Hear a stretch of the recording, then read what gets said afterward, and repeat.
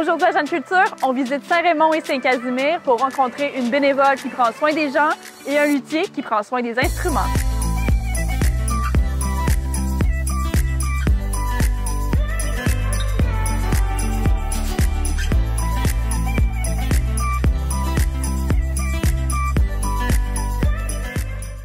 Raymond Gingras, on se retrouve ensemble au SOS Accueil, nouvellement réaménagé. Réaménagé dans des nouveaux locaux à Saint-Raymond. Oui.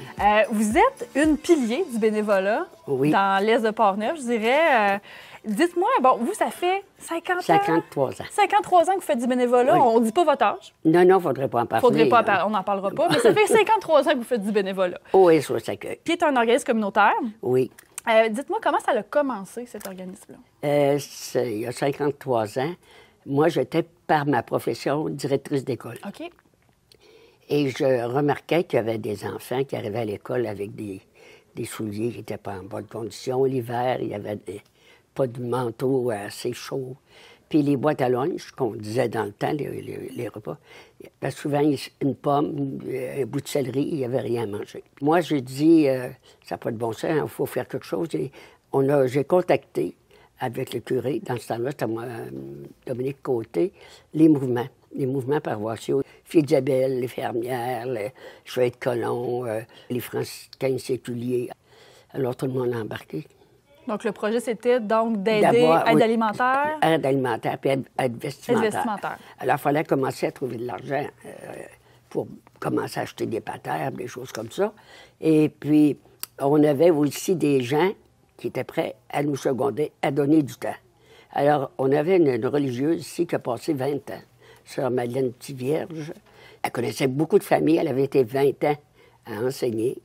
Alors, la communauté a accepté qu'elle revienne à Saint-Raymond, puis elle a donné 20 ans, premier local, sous-sol du presbytère. C'était grand comme ma main, là. On commençait. Puis on avait des dames fermières qui avaient commencé, et Filles d'Isabelle, à faire des choses chez eux.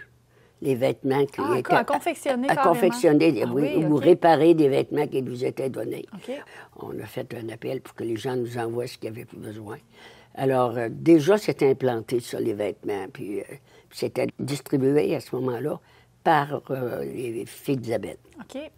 Alors, les Filles d'Isabelle, c'était notre organisme là, qui était à la base du SOS Accueil, et les communautés religieuses, les frères des écoles chrétiennes et les Sœurs de la Charité de Québec. Ensuite, maintenant, on trouvait que le local était trop petit. On s'est envenu au couvent, et on était au 2e étage. Et là, on avait un grand local, mais des petits escaliers comme ça à l'extérieur. Il y a des gens qui n'étaient pas capables de venir. Oui, l'accessibilité, il y a un enjeu, là, oui. Alors, on a demandé d'avoir des escaliers à l'intérieur pour nos bénéficiaires, et on nous a donné le 3e étage, le dernier étage. Il y avait 45 marches à monter. Oui. Ça, c'est quelque chose. Là, on ne sera plus capable aujourd'hui. Non, c'est ça. Et là encore, il y avait des difficultés pour les bénéficiaires. Ben oui, c'est sûr. Alors là, on a demandé à la ville, qui était M. le maire, Alban Robitaille. Et Alban était vendu à notre cause. Et, il va falloir acheter parce qu'on n'a pas à la ville de locaux de cette envergure-là. Alors, il avait acheté un entrepôt qui était situé où nous sommes. C'était sur les grosses planches, rien d'agréable, même ça sentait le gaz, parce que lui réparait tondeuse. Ah oui, mon Dieu, OK. Alors, on a commencé seulement des bénévoles à travailler dans ça, nos hommes bénévoles, on est allé en chercher. Et puis, on s'est installé là. Puis là, c'était pas sécuritaire. C'était tous des paliers. Alors, les gens avaient de la difficulté, les gens à mobilité réduite avec des chaises roulantes, pouvaient pas venir. Il fallait descendre les vêtements pour leur faire essayer. Alors, on a cherché dans la ville de Saint-Raymond un endroit pour discret, d'abord, très important. Oui, c'est ça, parle-moi de ça. Oui, c'est ça, c'est les gens qui viennent chercher les services ici. Il y a un enjeu aussi, parce que là, l'alimentaire, c'est pas tout le monde qui est à l'aise, là. Ah non, Ouais. il y a des gens qui sont tellement mal à l'aise dans cette situation-là qu'ils nous demandent de venir en dehors des heures. Arrête, OK. Oui. Puis, c'est pas facile pour eux autres. Puis nous autres, on veut bien répondre à leurs besoins. Puis les besoins sont de plus en plus grands. Il y a des gens qui ne peuvent pas s'imaginer qu'il y a du monde qui ont des besoins là, de cette façon-là. Alors, on a travaillé fort. On n'a pas trouvé de place. On n'a pas trouvé d'emplacement. Puis après avoir cherché, on est revenu ici. C'est ça, les différents besoins, parce qu'on a l'aide alimentaire, on a les vêtements, on est dans la rangée de vêtements en ce moment. Oui. Il y a d'autres choses aussi. Le matériel de cuisine, les petits appareils, les poêles, les chaudrons, toutes ces choses-là, les cafetières. On a ça aussi. Puis on a les jouets. On a les jouets pour les enfants, on a un secteur jouets dans le fond. Puis est-ce que vous avez vu une augmentation de la clientèle? Ça a augmenté graduellement. Là, on reçoit beaucoup de gens, les immigrants qu'on appelle. C'est ça, le public change aussi, oui, là? Oui, on reçoit beaucoup de santé mentale. OK. Parce qu'on travaille conjointement avec l'Arc-en-Ciel. On travaille aussi avec le comité Voisy pour les besoins des personnes âgées. Oui. On travaillait beaucoup avec le Club des Lions. Et c'est 100 bénévole. Il n'y a personne qui est rémunéré ici, là? Personne. Wow. Personne. C'est Même pas très de frais de transport ou des choses comme ça. Au début, on n'avait pas tellement de bénévoles parce que les locaux étaient trop petits. Mais depuis qu'on était ici, dans la vieille bâtisse, 130 bénévoles. Wow! 130 bénévoles. 130 bénévoles. Qui, à l'année, font fonctionner l'organisme communautaire. Par chiffre, comme on dit, là. Et si la personne vient le mardi matin, elle ne revient pas de la semaine, à moins qu'on fasse une journée de tri supplémentaire, donc on est trop surchargé. Et puis, sur ces 130-là, on a 32 à la maison. Réparation, couture. Couture, on reçoit des tissus, puis on peut faire des beaux linges de vaisselle. Donc, ils transforment en plus de ça. Oui, puis ils nous apportent ça ici. Puis nous autres, on l'offre à notre clientèle avec un prix minime. Vous regarderez les prix, 25 cents, 50 cents. C'est symbolique. Oui, c'est vraiment un service essentiel. Merci beaucoup, Raymonde, de votre implication. C'est très impressionnant. Merci.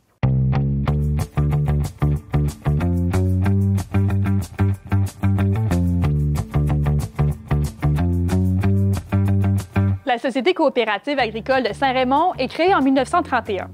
Ses bureaux sont installés dans 7 édifices, juste derrière moi, sur la rue Saint-Ignace. Antonio Plamondon, l'un de ses fondateurs, en est le gérant. Le livre du 100e anniversaire de la ville, publié en 1942, souligne que la coopérative rend d'immenses services aux cultivateurs. En effet, grâce à ses cours, à l'assistance d'agronomes, elle permet de les initier à des méthodes modernes. Elle leur donne le goût des produits de première qualité et les aide à tirer le meilleur de leur terre. Elle fait épargner la population en lui vendant des marchandises agricoles dont elle a besoin. Elle paie même à ses membres une ristourne. En 1941, celle-ci est de plus de 1 000 $. Elle gère un poulailler et un couloir coopératif dont la réputation s'étend dans toute la province, mais aussi en Ontario, d'où lui viennent d'importantes commandes. Certaines années, à la mi-mai, il y a déjà plus de 73 000 poussins de vendus. Elle permet aux cultivateurs d'écouler leurs produits sur le marché et les encourage à participer à différentes expositions, concours agricoles à travers le pays, et ils se démarquent.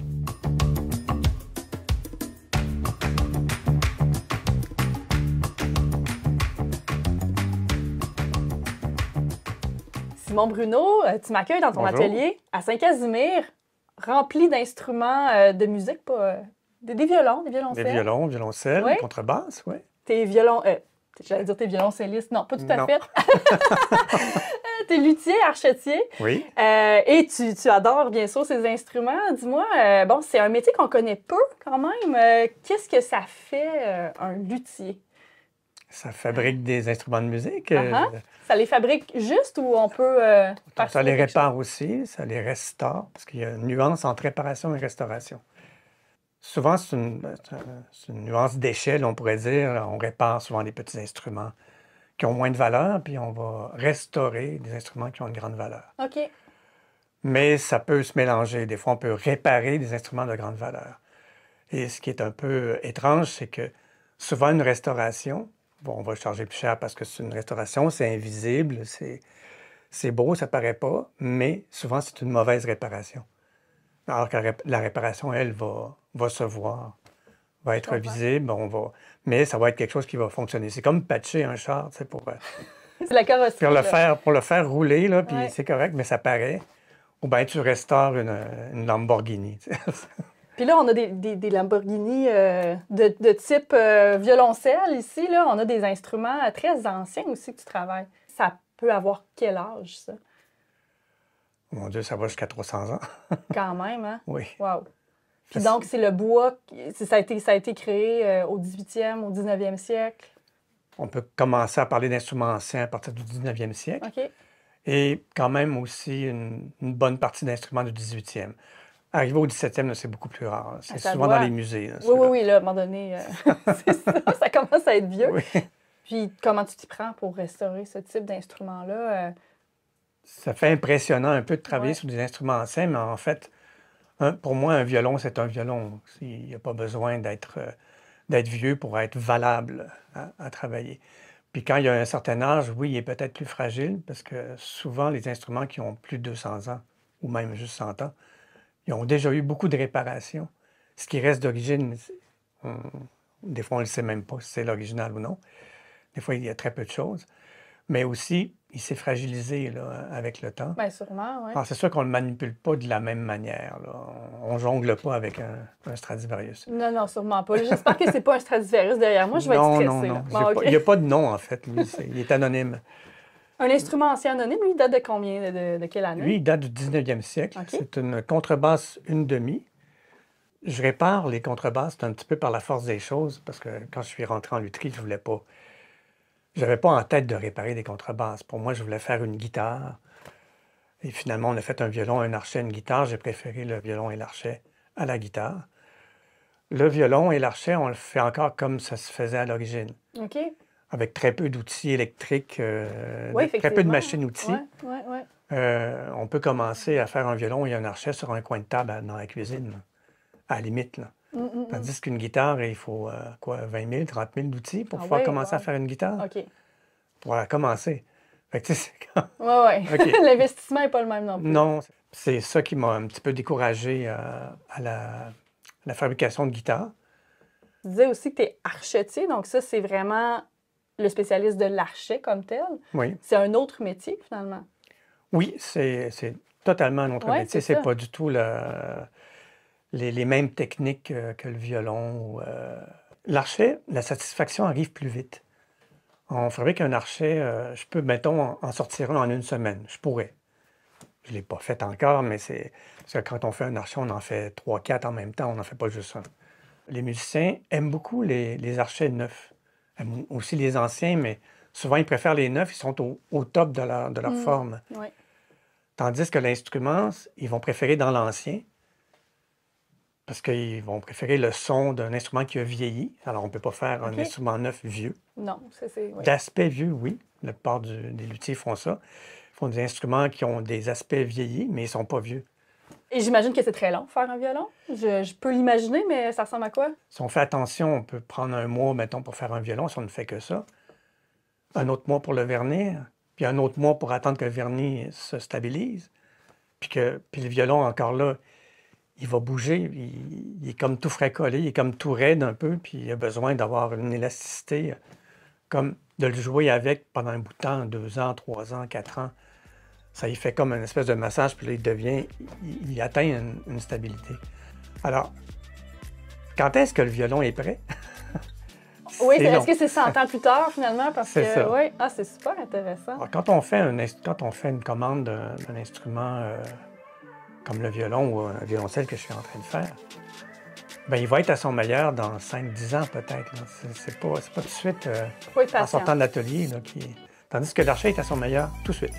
Je comprends. Donc, l'aspect satisfaction, c'est super intéressant. Merci beaucoup de nous avoir plongé dans cet univers fascinant de la lutherie. Plaisir.